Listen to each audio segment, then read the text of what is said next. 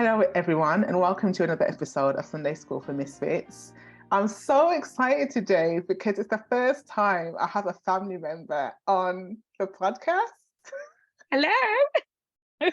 This is my cousin Jess. For those who can't see, she's smiling really nicely. Now, you might have known Jess because she's the famous one in the family. No. If you know Grizzle of old, then you know who Jess is. Jess is my cousin. This is my claim to fame. In fact, I have to tell a story now because there was one day when I was at work, minding my own business, Jess, and this guy came up to me who I worked with him for a while, so he wasn't totally mad, but he was like, the other day I was at home and I came in the house and I heard this voice and I was like, that sounds like Selina. And I went into the room and my wife was watching this person. She looked like you, but she was doing DIY. I said, no way. I was like, yeah, man, this is my cousin. Like, he's taking over the universe of DIY. For the girls, it's so good, Jess. So this is how people might know you already, but I'm here. I wanted to get you on today because I wanted to have a conversation about motherhood. Yeah. And this is going out on Mother's Day. We're recording this in advance, but Mother's Day can be a day that is full of so many different feelings for so many people. And I feel like as a kid, Mother's Day for me was just pure joy. Like, it was like planning what am I going to do for mom, thinking about the card I was going to make, getting the other kids in line for Mother's Day, thinking about later on, where we're going to eat, where we're going to take mom, how we're going to make it all special. I never really thought that Mother's Day would ever be anything but that. Yeah. And I feel like that's probably how lots of us might grow up, although of course for some people they have the shock earlier on of either losing a mom or having a mom who's just not very good as a mom, having a mom who you'd rather not have. That's the reality for some people. Like, they have a mom and they're like, this person hasn't been what everyone's saying mom should be. So people are processing those kinds of feelings. People have lost moms like me. People want to be moms and aren't moms yet, are waiting to be moms. They've been moms of kids who've been stillborn or miscarried. Like, the list goes on in terms of how much the stake can hold for people.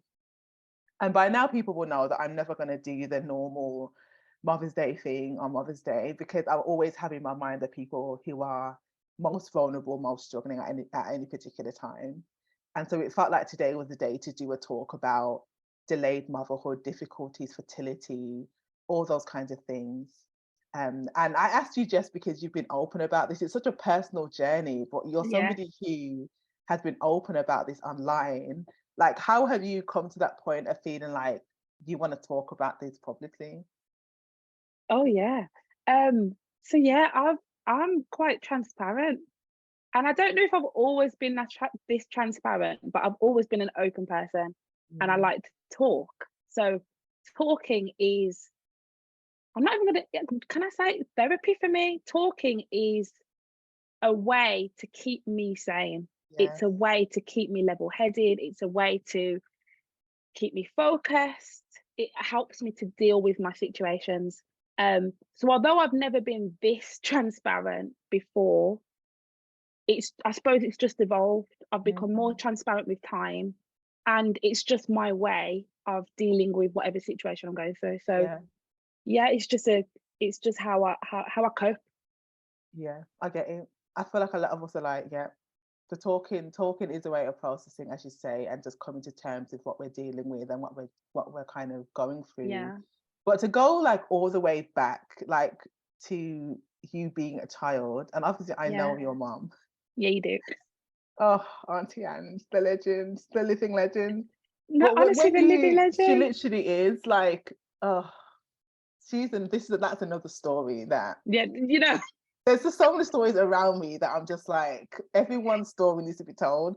But when you look back at your experiences of motherhood, as a child, what were your experiences? What are your reflections on the kind of motherhood you experienced? And I guess that might also be about Nan as well. Yeah. It was like a mother to you as well at the same time. Honestly, I think mom, sometimes I can't even put into words what she means to me. She has always been like, she's so, okay, let me start. My mom is amazing. And I Cheers. know a lot of people say that about their moms, but there's something about my mother. Now, the thing is, we rile each other up. We have banter. I annoy her, she annoys me. But there is something about her that has made me the woman that I am today. Yeah. She's ambitious. She is so in tune with herself. She is confident. She is independent. She is a goal. Like she's a go-getter. If she sees something, if she wants to achieve it, she'll do it. She's So funny. She's kind. She's so generous she's and so everything. kind. She's an Yeah. all-round. She's an all-rounder. I feel like she's my mom and my friend. Yeah. She's the person that if something bad is going on, I do call my husband, but I probably do call my mom Yeah. because she listens, she hears, she advises. So growing up with a mother like that is inspiring. I think at one stage when I didn't know what career I was doing, I didn't know what I wanted to study, I didn't know what I wanted to do in my life. It was kind of intimidating to have a mother like my mother. Yeah. It was, my mom's achieving all this stuff. She wants the best out of us, and I'm Yeah. here lost. We're sitting down talking about careers, and I'm like, I don't want to do any of that. And then sometimes I could see like a slight disappointment in her eyes because I knew she wanted the best for me. She wanted me to achieve. She wanted me to be great. And the thought of ever disappointing her was hard. Yeah. But then when I did achieve something, she was right next to me. She was supporting me, encouraging me. So it was that kind of tough love, encouraging love, but she's nurturing at the same time. So I think growing up with a mother like that was brilliant because you wanted to do more, you wanted to do better. But if something happened and you failed at something and you didn't quite meet the mark, she was also there to kind of pick you up and make you feel like it's going to be okay. So it was a bit of both. It's She's such a a good mixture. balance. It's such a good balance. Because as you were saying that, I was thinking about people I know whose mums have only ever had plans and ambitions for them, but don't handle well when that child wants a different path or doesn't come up to the standard they've set. And that's some of the stuff that I think can be difficult on a day like this, is to come to terms with the fact that your mum feels disappointed towards you. And that's not always anything you have to deal with, because people's expectations can be ridiculous. So sometimes it is just like, well, she's gonna have to process that then. But that can be so hard. That's your problem. That sounds like a you problem. But it can be so difficult because you want there to be that sense of she's proud of me, and to not have that is difficult. I think similarly, I feel like I definitely had that same experience of a mom who was just like the #1 cheerleader. Like anything I'd say to mom I want to do, she'd be like, of course you can. I'd be like, mom, when you say of course. Like I remember saying to her I wanted to do a PhD. And she was like, of course you can. Now she has no idea what it involves. She has no idea what it involves, right? But she's thinking, I know that you're smart. I know that you have discipline. I know that when you set your mind to something, you can do it. And I had seen her like have 4 kids, go to uni afterwards, be up late, like handwriting her essays, like doing all her notes.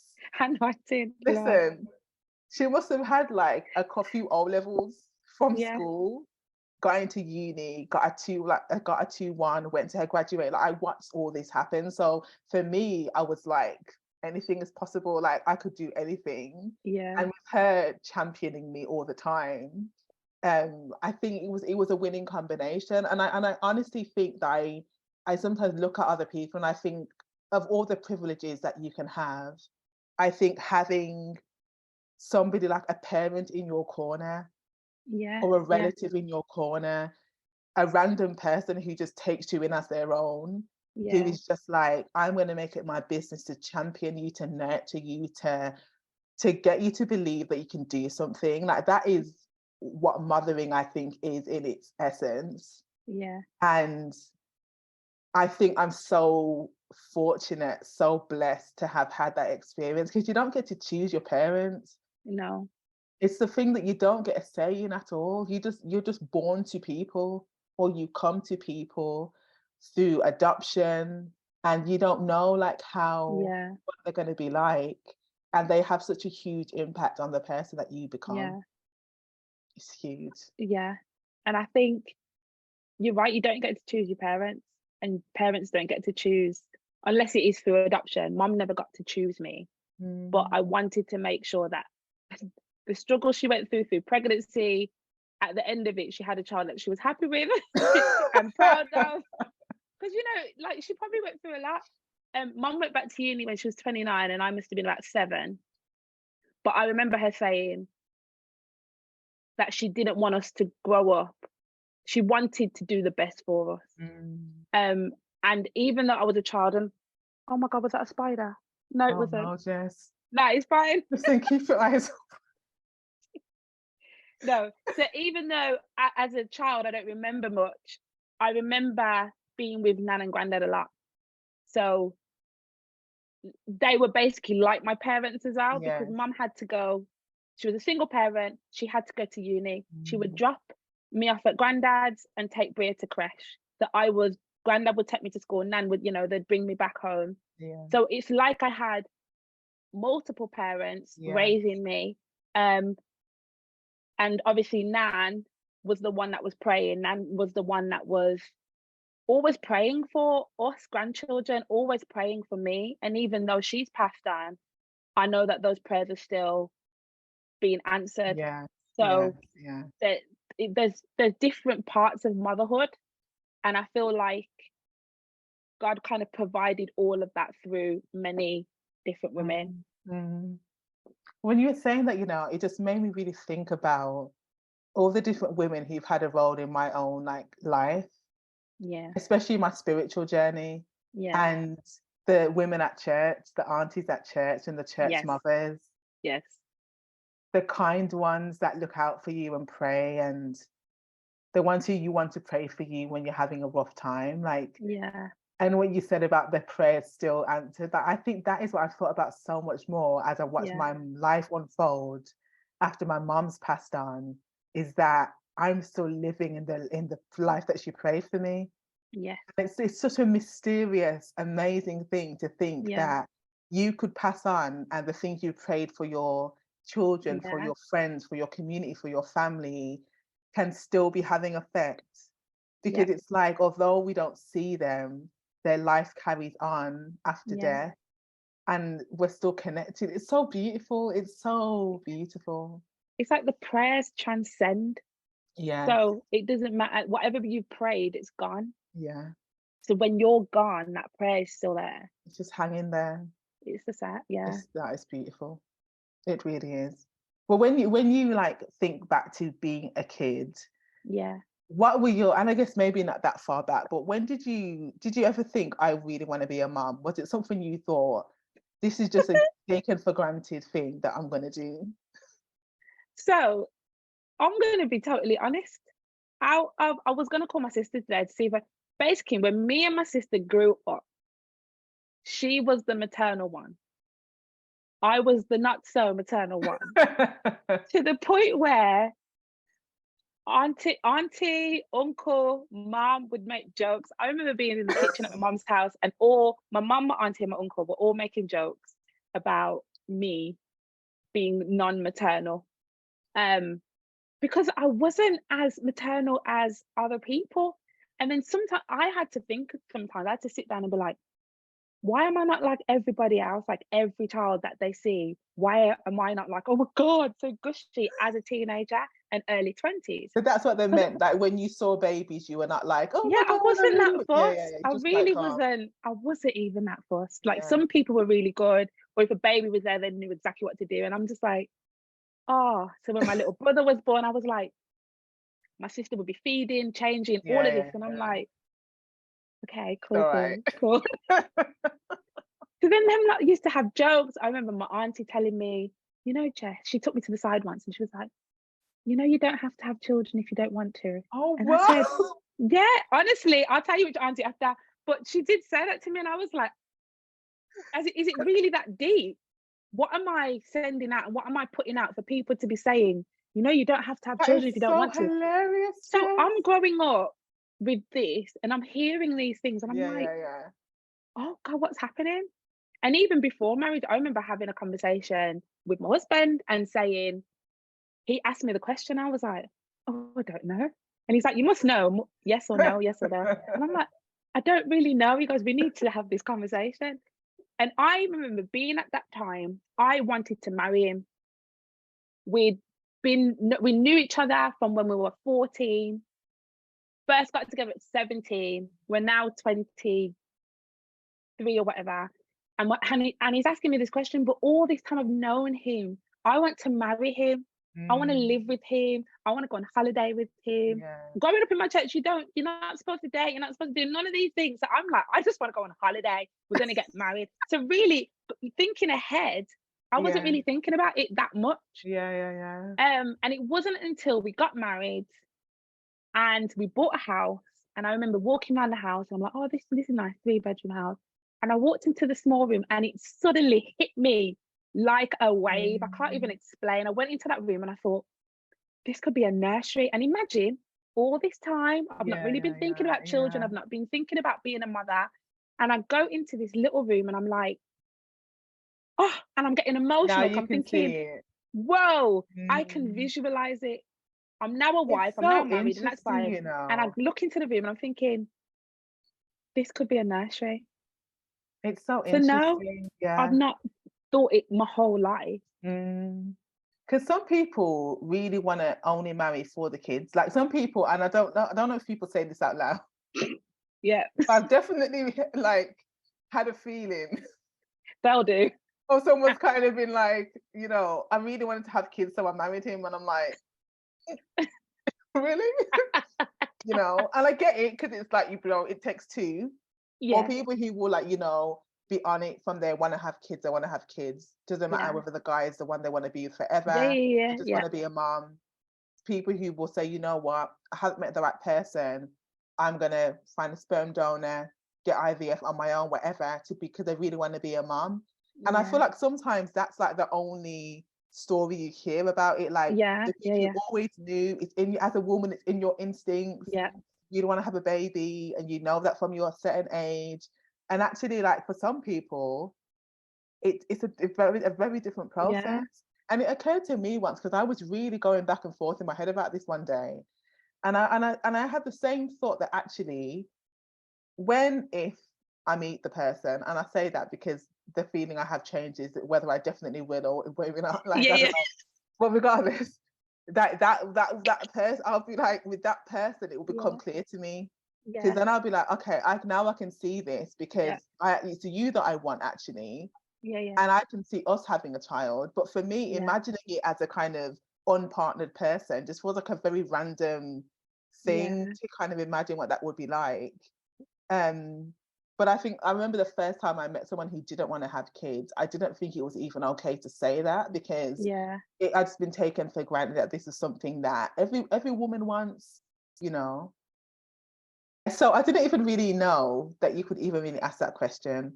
And I yeah, think it probably is an important thing because I think um, it's such a big decision. It's such a big yeah, decision to even be open to the possibility of having a child and not, as you said, like not knowing what that child's going to be like yeah, and being prepared for any need, for any eventuality, a child having special needs, a yeah, yeah, child be like expressing themselves in ways that you might not agree with, a child being like in any kind of way that you put out a kind of an invitation yeah, yeah, to say, I want to welcome a child, and you don't actually know, yeah, unless you're adopting the child or fostering the child, you don't really know what kind of child you're gonna have. And yeah, the commitment you're making to love that child regardless, which is how we should parent if we're gonna yeah, parent, is like it's such a huge act of faith, more yeah, so than even getting married, because actually you pick the person when you marry someone, and yeah. actually you don't get to do any of that when it comes to having a child. So it is a real journey of faith.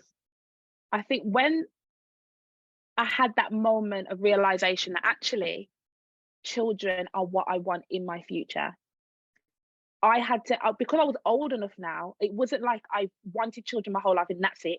whatever happens, I'm having children. Yeah. Because I hadn't always had that in my mind, when I got to that, I was older by that point, and it was easy to be like, okay, if I want children, how is this going to look? How is it going to feel? Mm. What am I going to do consciously as a mother? What kind of mother do I want to be? So it was nice having that realization in adulthood, so I Yeah. could consciously really think about what motherhood means to me and Mm. what kind of mother I wanted to be. And I Yeah. feel like if I wanted to be a mother my whole life, I wouldn't really be thinking about that. I'd just be like, yeah, I want to be a mother. Let's do this, and then do it. But yeah, I was able to really think about it. What kind of mother do I want to be? Yeah. I think that's so good about like Yeah, consciously thinking about what kind of parent do you yeah, want to be. Like it's so major, you know, and even processing how you were parented and saying, yeah, what about those things do I want to carry on with my own kids, yeah, and what do I want to stop? And yeah, and not because you're casting any judgment on your own parents, because they did the best they could, yeah, but like, what does it mean for you to be conscious of what you're bringing to parenting? In the same way that you do that with any relationship, like you don't just wander into a marriage without thinking about how have you been affected by other relationships? What kind of partner do you want to be? Like yeah, it's the same kind of level of intentionality, even more so yeah, with a parenting situation. It takes so much thought if you want to do it consciously. yeah. I think even growing up in a single parent household, my view of a house was very much, it was determined by what I've grown up with. And Mm, although I had my grandparents, in my house was my mum and my sister growing up as a child until my little brother came.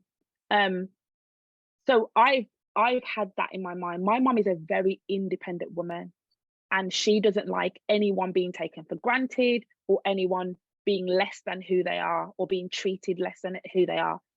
So I remember in the beginning of my relationship with my husband having that kind of battle, because I'm like, I'm independent woman, you can't tell me what to do. And it wasn't working. It really wasn't working. And Sal, Aaron, like it wasn't working. And It wasn't Evan is not working. a bully. He will be like telling He's you not a what to do. bully. You know what I Nah, mean? he's Just not for a the bully at listeners all. He's, who might yeah, be yeah. like He's telling you not. what to do. No. He's not telling what to do. But I think me trying to be demanding, I'm not naturally that kind of person. And when it comes to my husband, that does not work. And I had to realize that I can't be like my mom. I can't follow in her footsteps. She had to do that because she was a single mother and she had to Mm, be independent and raise us as strong women. yeah, But then me going into a marriage, I'm now having to learn, what does this mean? So it's just having to work on that in marriage, and then having those discussions about parenthood before we even get there. yeah. You've spoken publicly about starting IVF. Yeah. You shared just a bit before about having this room and thinking this could be a nursery, and you realizing this is what I want now.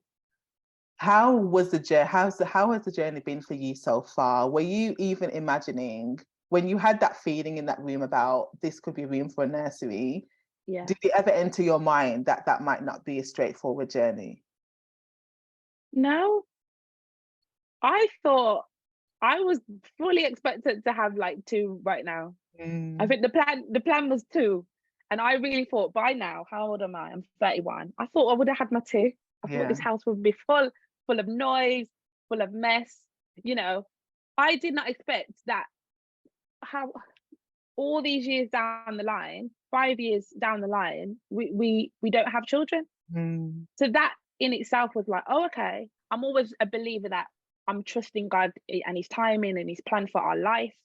Um, but I wasn't expecting to not have children now. mm, mm. And so you spoke a little bit about believing in God's timing and there being a reason for this not happening yet. Yeah, When did you decide to start IVF, and how did you come to that conclusion? Because some people might think, well, if it's going to be God's timing, then I'm yeah, not going to do IVF. In fact, I yeah, don't want to do it at all. It's yeah, going to have a nut. Did Abraham and Sarah have IVF? yeah, Like you can really go, did Hannah and yeah, what's her yeah, husband's name? yeah, What's Hannah's husband's name? Forgot anyway. Did Hannah and her husband have IVF? No, God intervened and did yeah, something, and then they yeah, had a baby. So how did you come to the point of thinking, you know what, we're gonna do IVF? Was there a battle for you in deciding to do it? There was no battle. Okay. There was no battle, because in my head and in my heart, however is going to happen, you know what it is? God promised me personally, and the thing is, I wasn't even going to share that, but I kind of shared it on Instagram the other day. I was going to keep that to myself, but God's promised me already, so I'm trusting in that promise. And I don't care how it happens. does that mean like a personal thing to you? A personal to me.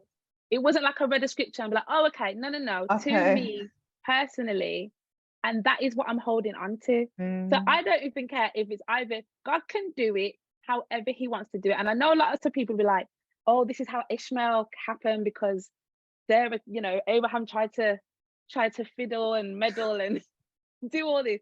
And I get your point. But I also know that God can do things in whatever way He chooses. The way Jesus healed blind people many different ways. There's no part of me that feels like, oh my God, are we doing the wrong thing? Because whether we have a child through IVF or we have a child naturally, either way, it's going to be the way God intended, the way God plans. So I'm personally okay with it. I've never had a moment like that. And did you ever think that adoption or fostering kids would be the way? Is that another option in your mind, or is it like we want to have our natural baby, whether that's through IVF or through our own means? I've always wanted to have my husband's children. Now, I'm not saying that adoption's never been an idea, because especially talking to my mum works in social work, assistant director in child protection social work. And me and my mum have had conversations about the amount of, especially Black children, there's no homes for them. And there's no one taking them in. They're less likely to be picked for adoption. So it's not like it's never been a thought, it's never been on my mind. But there's something about having my husband's children that I can't shake. Yeah. So I don't know what happens in our future. I don't know what happens going forward, but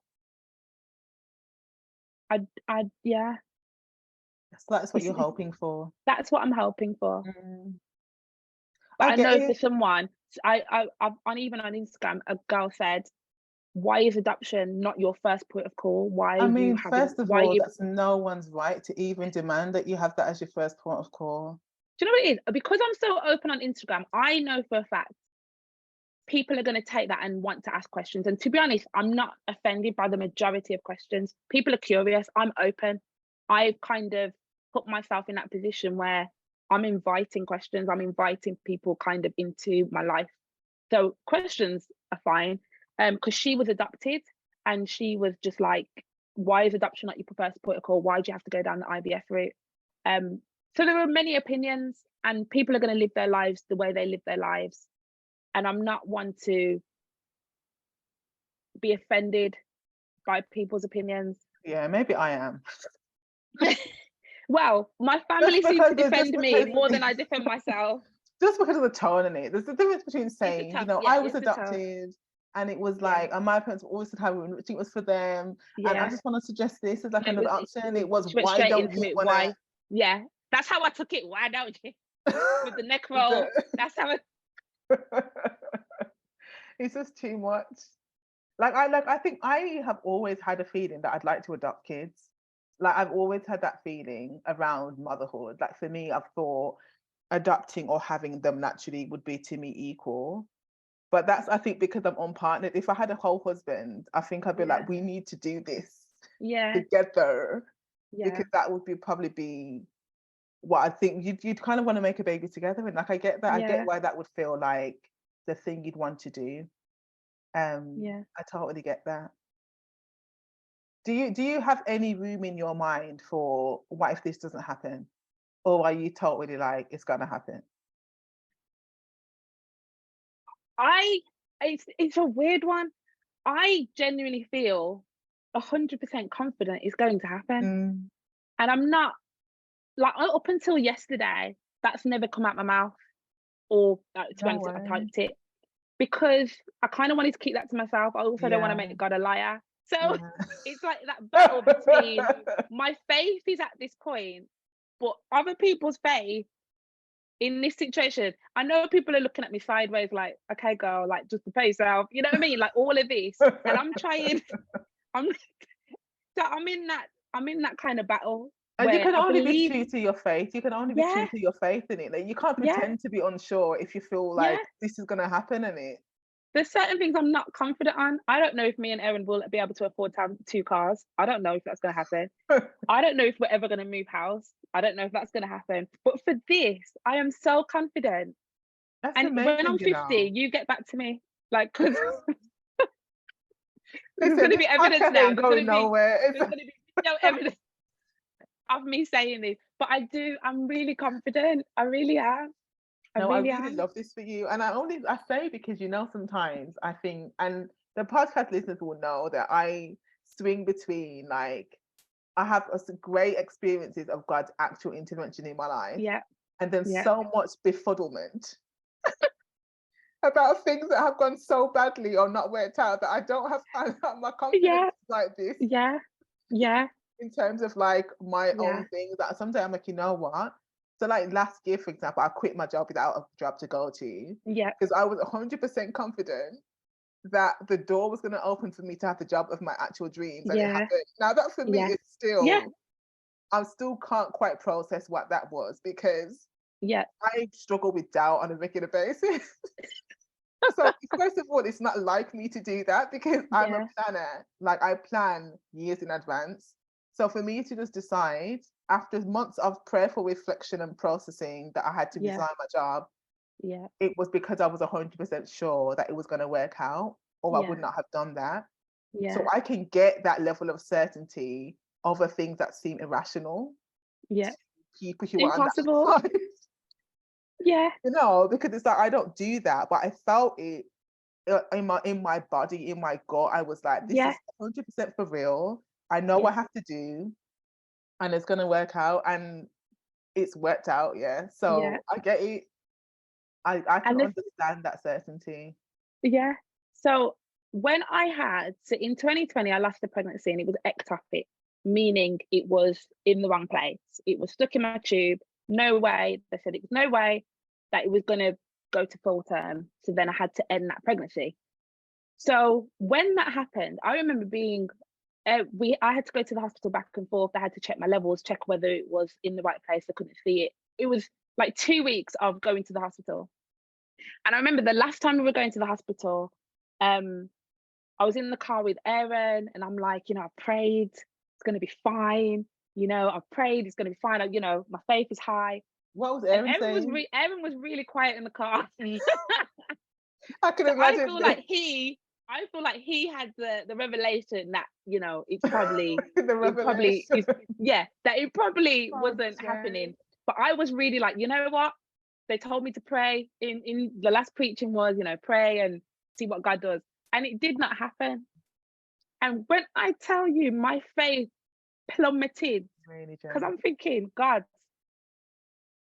you're out of order. I was pretty frank. In my prayer time, I was pretty frank. And I'm like, I was a little bit mad, really, because I'm Yeah, thinking you're supposed just a to, little bit. I'd be like, absolutely raging. I was like, are you serious? And then I'm having to go to the hospital for 2 weeks straight. And I don't know. I'm waiting for 2 weeks straight, Oh, and then I have to get an injection to end it. And then the first injection didn't work, and I have to go back for a second injection. So I'm Jane. thinking, mate, God, please, please, please, what is this? So after that, my faith plummeted, and I was really not in the mood for Mm. anything. I couldn't pray, couldn't worship, couldn't do anything. I was really so down about it. And I think it took a while for my faith to get back up. And I realized that this is a test of my faith. This is a test of my belief. This is a test of what am I going to hold on to. So imagine I had that promise way before, and then this happened. It's like, are you still going to believe me when this happens? When the promise seems to be gone, when the promise seems to be fading, are you still going to believe in me? And I think after a while, I was like, you know what? I'm going to believe 100%. 100%. I'm going to believe I'm going to believe 100%. And I think from then, I've just had such a peace with it. So even though I know that people might be looking sideways and be like, okay, we'll see, we'll hope and see. I'm believing ahead of time. But I get it. It's that. But and I wonder whether part of the whole process is, for me, this definitely, I mean, the ultimate reason why I struggle with believing in things that, Yeah. until it happens, I'm still like, 50-50. Yeah. Apart from when I have that real sense of, Yeah. and that again, that for me is quite, is it rare? I don't know. I think I wouldn't even have said God told me that I was going to get a job, but I think I don't feel like I necessarily need something to happen from the outside to give me that certainty at this point.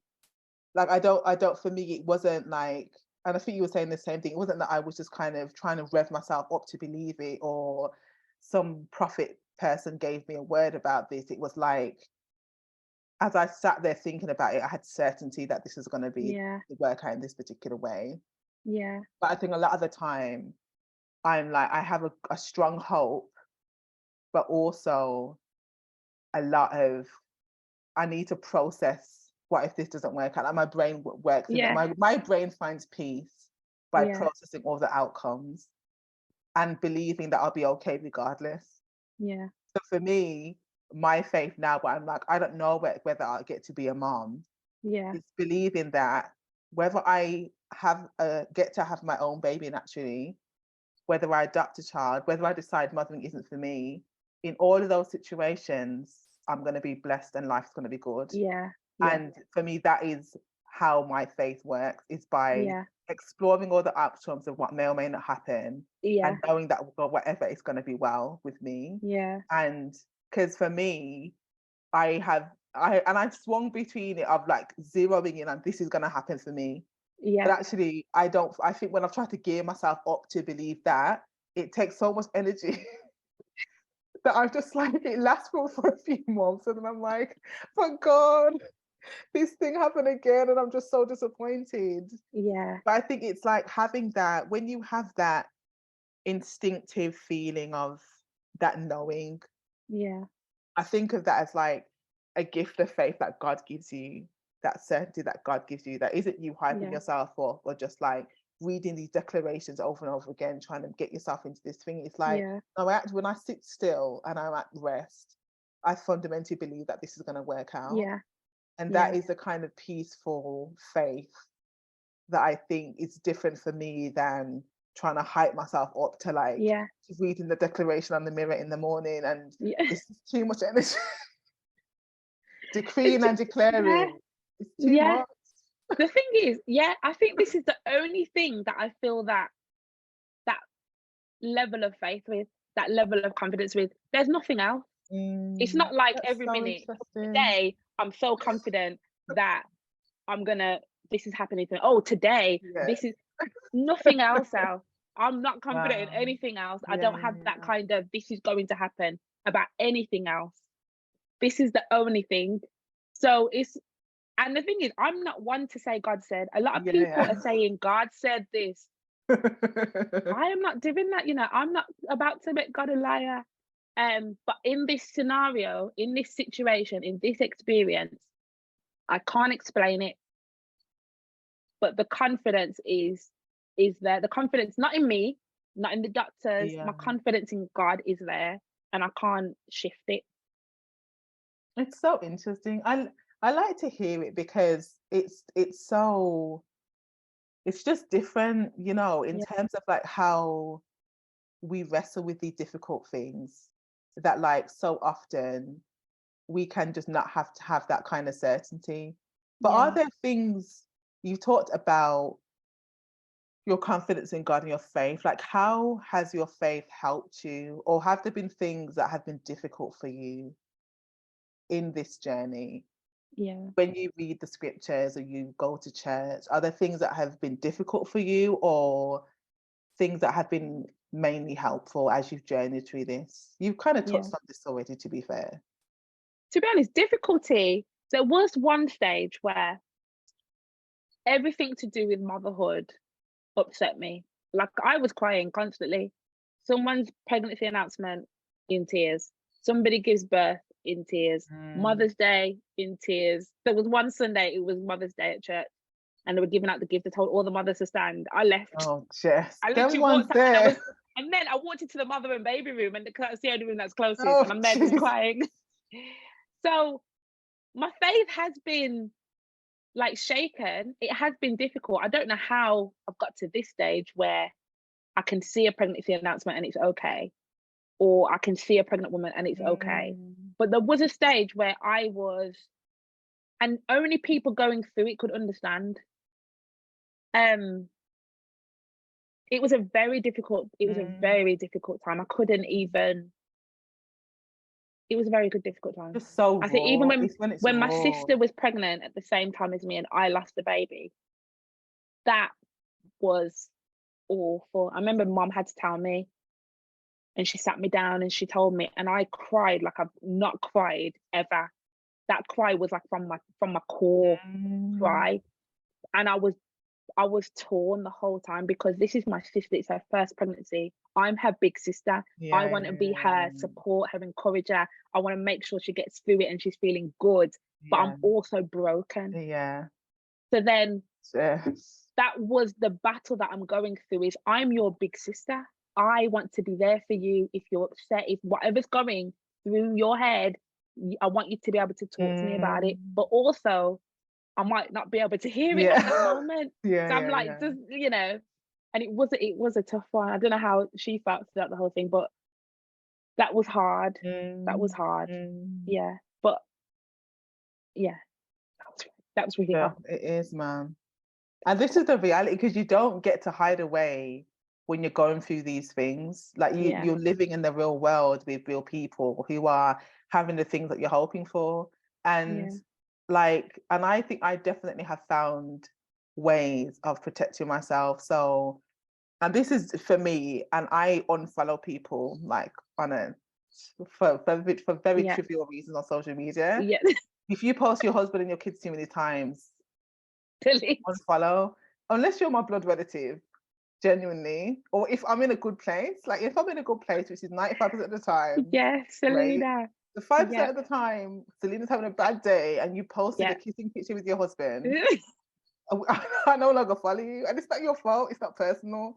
It's just you triggered me in a bad way, and now I have to process this for the rest of this week. So I'm going through where I really don't want to be a mom, which has only started happening to me in the last, I'd say, 6 months. Yeah. And I am 100% happy when I see engagements. I found the love of my life. I've had my baby. My heart is so full. But there might be a day when you post about your baby. Yeah. And I have to come cry now for a little bit. So I might just unfollow you again. Do you know what I mean? And it's real. Like, it is having real. to protect my space, because I have to function in the world and I can't be doing this. Yeah, I did it. I was worried at the beginning. I was worried at the beginning that I couldn't plan her baby shower, that I couldn't go to her house, that I couldn't buy her presents. But I don't know what it was. I don't know whether it's because Grace is my niece. None of that. Even though we're going through this, we can still just be decent people. Yeah. But how are you like looking after yourself in this process of IVF? You've had that certainty in your heart. How are you like caring for yourself emotionally, mentally, spiritually, in all those ways? Yeah. I think I'm trying to just get on with life at the stage I'm at. I think before, when we were going through the losses and all of that, all I could think about was being a mother. And I'm thinking, I think I wasted a lot of time. I wasted a lot of time looking ahead and stressing about why am I not there yet. But imagine how many months and years you can waste stressing about that moment in the future that you're expecting to have. But in that moment where you're supposed to be preparing or learning and growing and maturing, like you could just be missing so much because you're looking ahead. And I think that's what I'm at a stage now where I'm developing just myself in general, in all aspects of life. I'm enjoying life. I'm enjoying my husband, I'm enjoying my job, I'm enjoying all the other bits I do, I'm Mm, enjoying church, I'm enjoying life, because at the moment I'm a married woman. I don't have children yet, but I still get to enjoy my life. I still get mm, to enjoy the stage that I'm at. I want to be yeah. content with where I'm at and not Mm, be every minute stressing, because I don't know when that will happen. But yeah. I know that right now there's things for me to do. I know Mm, right now there's things for me to achieve. And I want to make sure that every day that I'm not caught up with too much that's not even here yet, yeah. and be in the moment. Yeah. I think that's honestly the conclusion I've come to is like, this is the life I'm actually living. Yeah, And the amount of energy that I've spent living in the hypothetical world in my brain, yeah, thinking about my hypothetical future and not living in the real life present that I have right now. And actually a really helpful thing I've been doing has just been planning things for my life. So thinking about what do I want my life to look like in 5 years' time, Selena? Stop thinking about what if you meet this person and then just ignore those thoughts. yeah, Just be like, you know what do you want your life to look like? Because whatever happens, you're gonna have you. yeah, yeah, Whatever happens, you're yeah, gonna have your life. yeah, And you need to have a plan for that life. And whatever happens, happens, and you'll deal with that. But you can't live in the limbo. yeah, And I think that idea of actually being present to the life that we have now and enjoying what we have now.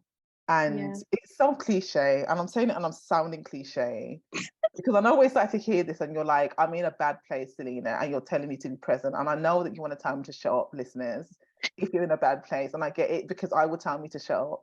yeah. I can only say that living in the limbo, in the what ifs, is agonizing, and It my is. brain can't stay there. So it's got to do this instead. Yeah. It's got to do It's this it instead.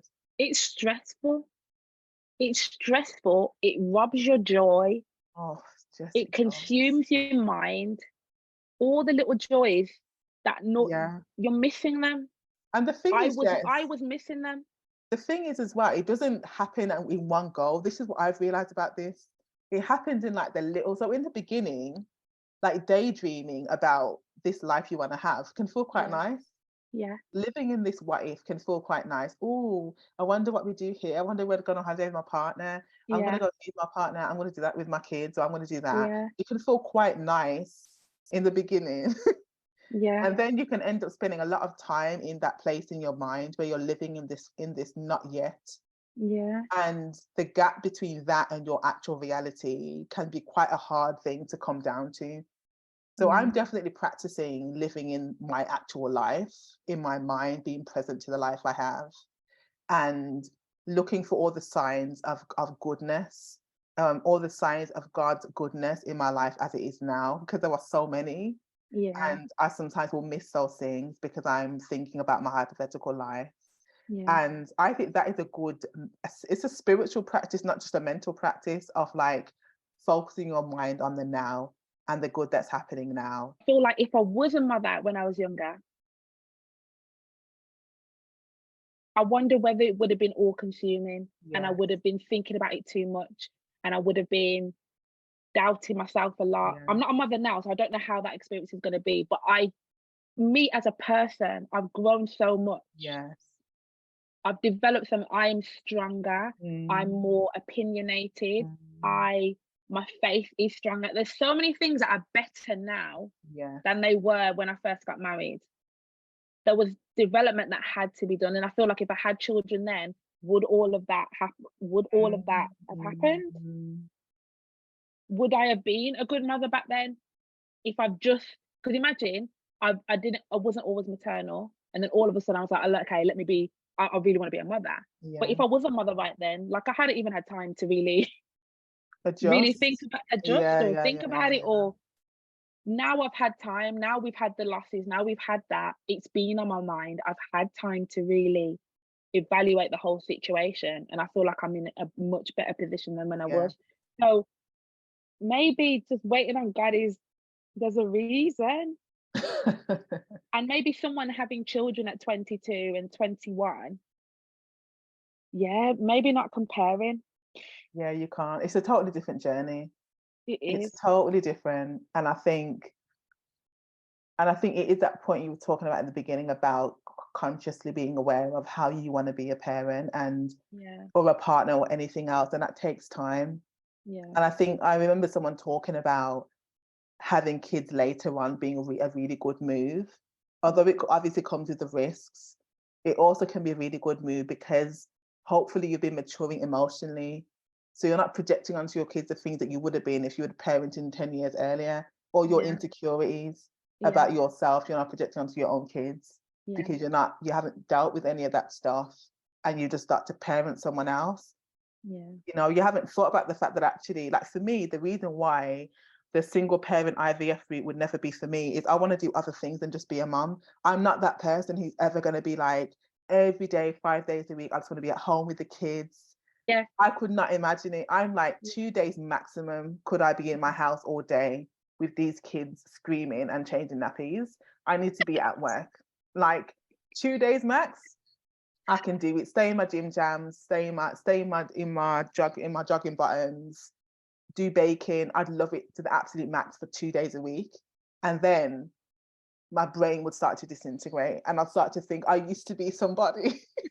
I used to be somebody who people came to talk to, and now I can't put words together because I'm just Yeah. doing kids' noises on. Like I couldn't do it, Yeah. and I think I know that about myself now. Mental health wise, Jeff, mental health wise, I can't be in that house 5 days a week. I need to do something with adults and be more than just the mom. And I think I wouldn't have known that about myself when I was 21. I would have tried to be my mom. I would have tried to do full-time stay-at-home mom and lost my mind because we're not the same. We're not the same. But even looking at my mom, your auntie, she had me at 22, my sister at 25. She had Dexter at 42. So I experienced her parenting as a young mom, Mm, and I've seen and witnessed her parenting as an older mom. yes, Very different. different. Same woman, different tactics. Yeah. And she even says that with Dex, my little brother, she's had more patience because she's older. When she was younger, she didn't have no patience. She explains things to him. She talks things to him. Now, she wasn't a bad mom with us. It was Mm, just different. yeah. And I've seen her growth as a mother. We were the practice babies, and then with Dex, like like if he's done something, she'll sit him down. Yeah. Can you explain to me what this, why you did this? None of our And parents was explaining no, when they was none of that. parenting at Dad, 21, don't do that. 27. My parents, And there was no talking. so, so there is a difference between, and I'm not saying that all young parents are like that and all older parents are like that, but especially with my mum, I've seen the difference Yes, yes. as a mother and her approach to parenting. So for me, it's like I feel as if with this whole thing about life taking these unexpected turns that you don't want, I have said this to God many times in my prayer life. I'm a pragmatic person. If you give me something to do, it's going to get done. If you give me a Yeah, project, it's going to get done. You give me a deadline, I'm going to make it. I get things done, right? And I was like, yeah, you know what, God, I've given my life over to you in many ways. Every step I'm making, I'm praying about it. What am I going to do? Should I do this? Should I do that? I'm like, you know what? I'm going to put this in God's hands. I want to trust it to God, yeah? yeah, And then I'm like, you know what? If I was in charge, I would already have the things I'm looking for. I'd have my nice man with my nice house. I'd have my 2 kids. We'd be doing story time right now before bed. Do you know what I mean? If I yeah, was in charge. I remember saying this one day to God in my muttering angry state. And I felt God speak to me and be like, so what would you trade then? Like from the life that you have, since I'm doing such a bad job, yeah, what would you trade then for this husband and these kids? Would you give up your PhD? Would you give up the time that you've had to do the work you really care about? Would you trade your health, the good sleep that you've been getting, the time that you have to do these things that you love? Would you trade the home that you're living in? Like, what would you give up? And I really had to shut up, because I was like, I'm in this reality yeah, thinking it's not as good as some other reality. But actually, the thing about being present is realizing that the life that you have now is the one that you actually need to be living. Yeah. And you actually don't know what's on the other side of the thing that you're asking for. Like, and I don't think that that means it's a bad thing. It's just going to be very, very different. And some of those different things are not going to be good things for you. You're going to have to learn how to compromise some of this stuff, and you're going to have to trade some things. And I was just like, oh. And I'm not saying that means I don't want to have a family, right? But it just made me really stop in my tracks. Like, sometimes you're thinking, oh, it shouldn't have gone in this way. I should have had this by now. But I don't know anyone whose life I would trade for my own. Yeah. So there isn't a married woman with kids who I think I would trade my life for yours.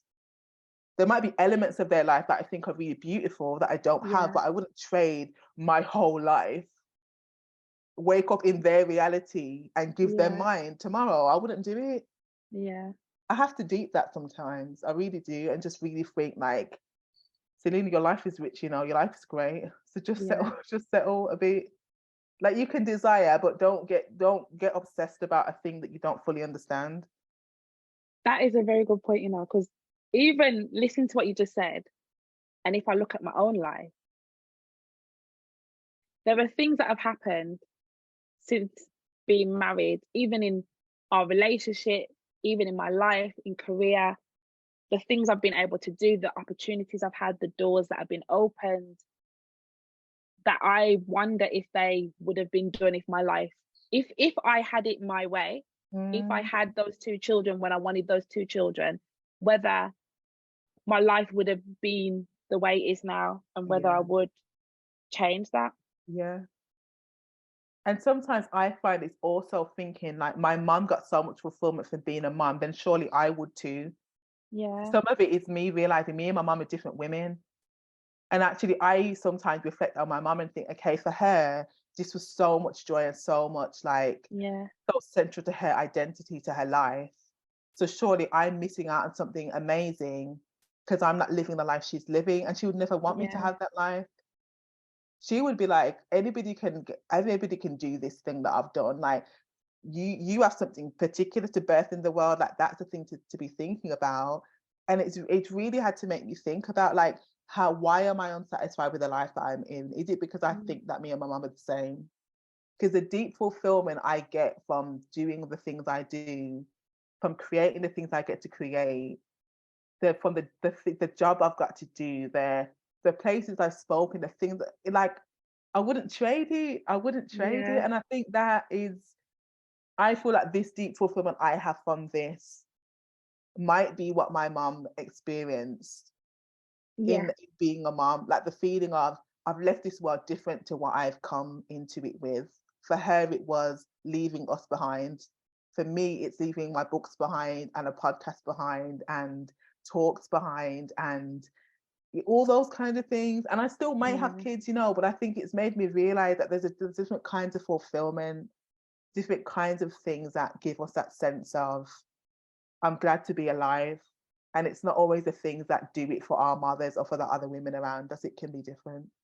And um and also I think I really am ending this, Jess, with a real hope that I and other people get to experience that kind of deep peace and confidence that it's all going to be well. Whatever the outcome is, it's going to yeah, be well. And if you have that confidence in your heart that God has given you this certainty to hold and to trust that and yeah, to walk through the journey with that. Um, and I think that's all we can do is trust in it. yeah. Trust it will It's work out, I believe. easier said than done, but I know, I'm I know. trying. I think it's been a journey, but I am trying. Yeah. We just have to walk it through and be kind to each other and Mm, ourselves as we yeah, wait, as we trust, as we live the lives that we have, and try not to hurt anyone else and trip anyone else up on the way, because it's tough out here, everyone. it is. It's just being conscious of other people, um, and wanting to offer some kind of help. At the end of the day, we are all the body. And how are we affecting the body? Are we benefiting it? Are we benefiting people? Are we Mm, contributing to the kingdom in a good way? mm, We've got to be there for each other. mm. It reminded me, when we talked about being kind, about people's silly comments. And it just reminds me of that comment we had when it was Uncle's funeral Yes, at your mum's house. yeah, And I was just like, people just say stupid things, man. yeah, Anyway, yeah. I'm gonna go And the there. comment was, what was the it was, I can't even, okay. By a person who themselves had been through IVF. Yes. She was like, oh, are you having children? I go, oh, we're starting IVF soon. You can't have children with that tone. With Luckily, I'm in a good place now. But a couple of years ago, I would have run upstairs to my mum's room and cried. Yeah, people just need to be conscious of the questions and how they phrase stuff and how they speak to people. That's a big thing. But also, on a flip side, you know how people get really upset, like you were saying about being triggered? I think people get angry. And I remember there was a girl I know who was pregnant, and she said she was scared of expressing how she was going through that pregnancy. Like, she found it tough, but she felt ungrateful to say that it was hard. Like, the last trimester was difficult, Yeah. but she was scared. She was worried about expressing that. And I can't speak for everyone else, but as someone who is trying to conceive, as someone who is really wanting to have a child, I wouldn't want any other woman to not be able to express themselves, Yes, to not yes. be able to share how they're feeling, to not be able to say, do you know what, I'm having a difficult day. My children are causing me a lot of stress at the moment. Like, raising these children is hard, or this pregnancy is difficult, because Yeah. we all have to love each other and Yes, care yes. about each other enough to allow people to express themselves. Like I said in the beginning, talking is how I can stay sane. Somebody needs to be able to talk. Someone Yes. needs to be able to. And if you can't handle that's not a them problem. That's you know what, I probably need to take myself out of the situation. Yeah, I probably need to exactly. unfollow, or I need to. But that doesn't mean that person can't say that. Yeah. I've heard people say that, oh, look at her complaining about her children. Listen, I can imagine that woman might be going through a tough time. Listen, me who's waited as long as I've waited, I will complain about my children and let somebody tell me. Listen, You waited all this time. When the kids start getting on my nerves, believe me, like, let's I'm be gonna call my realistic, sister man. and complain about these kids. Yeah. And I don't want to hear anything about it. Because I do believe that, Yeah. and this is such an important point, Jess, because I think I actually find that honesty refreshing. Like, when women tell the truth about the challenges they're having in their marriage, or they tell the truth about the reality of what it is to be a mom, it helps me to calm down, because I can really have a fantasy in my mind, Jess, about what it's going to be like. And these sisters of mine, my friends, my girlfriends, who tell me this man couldn't even get this sorted out today, right? When my friend says to me, this baby is driving me nuts. If I don't go to work soon, I'm going to lose my mind. It helps me to just like remember it's not all green on that side of the fence. And it helps me to appreciate where I am. And as you say, like, whatever phase you're in your life, my mom used to say, everybody has their trials. Everybody has their trials. And you could be in one thing thinking, if I only get that thing, then my life is going to be, listen, you're still going to have you. It's still going to be your life. It's just going to have more things in it and more people in it. Like, we have to learn to make room for people to say, even on a day like today, right? There's a time when I couldn't see people tweet about their mums or post about their mums. If I saw people tweeting about Happy Mother's Day, I would crumble up into my bed and stay there for the rest of the day. And the sign of my healing is that I can now say, like, I can double tap these pictures and say, celebrate your mom, enjoy your mom. Because I did that, right? Like, I did that for many years. And I think that, but at the time, there were times when I couldn't. So I think knowing where you are at, I would never want people to stop saying they love their mom because my mom isn't here anymore for me to tell her that. Because I told her all the time, we had our time, and we have our time. It's just a different kind of time now. But I think that whole thing around being gracious with each other, processing your own triggers, process them, they're real. but let's not then make a cage out of our triggers for other people to live in, where they Yeah. now can't talk about their kid or their partner or their life because they're worried that you're going to take it badly or whatever. Yeah. You might, if you go through your follows, you might not find me. But I don't want you to stop saying what you're saying, because you get to Yeah. do it. Yeah. That's it, being gracious. Oh, Otherwise, we're all going to be living fake yeah, lives. We're living not authentic lives because we're having to protect everything and hide everything. yeah. You know.